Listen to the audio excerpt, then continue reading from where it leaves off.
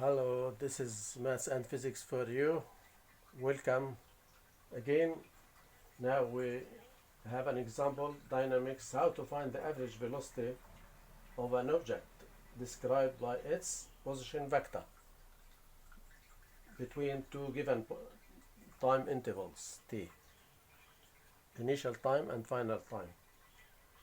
As we can see from this diagram, a point A moves in space from point A to point B. It's normally described by a position vector in terms of time t and given by x, y, z coordinates. So r is xi plus yj plus zk. And let's have an example here. Let's see this one. Rt equals 2ti plus t squared 1 plus j minus 4k. And the time interval, initial time t equals 0 and final time t equals 2. To find the average velocity, we subtract the final position vector minus the initial position vector. The final minus the initial and divide by the time interval.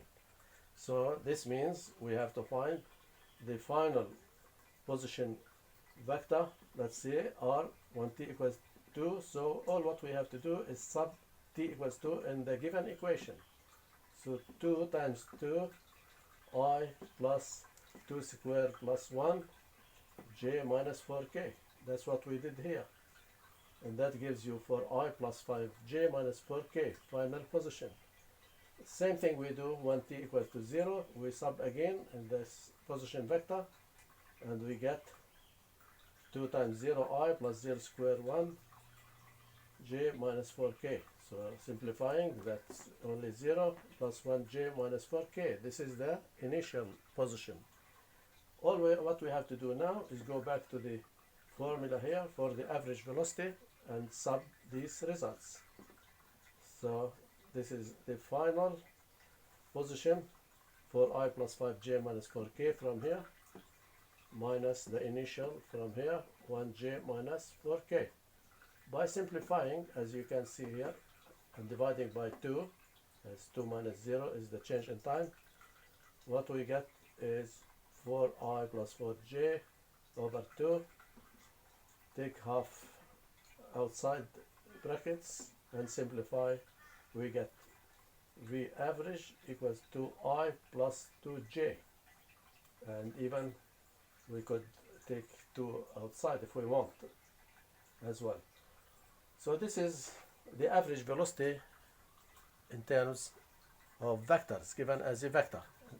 But we can go further to find the magnitude of this velocity by taking the absolute value of V average of this vector, which is the square root of the x, square of the x plus the square of the y. So square root of x squared, which is 2 squared, plus in this case y squared, so plus 2 squared again.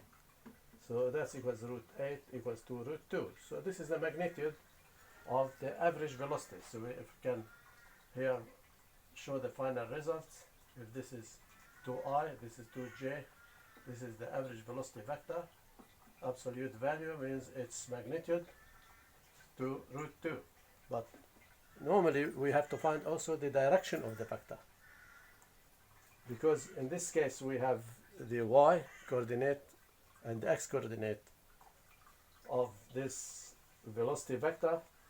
So as we can see, we have 2j and 2i. Theta, the angle that gives the direction, is given by tan inverse of the y coordinates over the x coordinates. So tan inverse y over x. In this case, tan inverse of 2 over 2. So this is tan inverse of 1. What is tan inverse 1? It's 45 degrees, or pi over 4. So the angle is theta equals 45 degrees from the x-axis in the clockwise direction. And this is simplified here as the final result. And there you have it, folks. Thank you for watching. Please subscribe.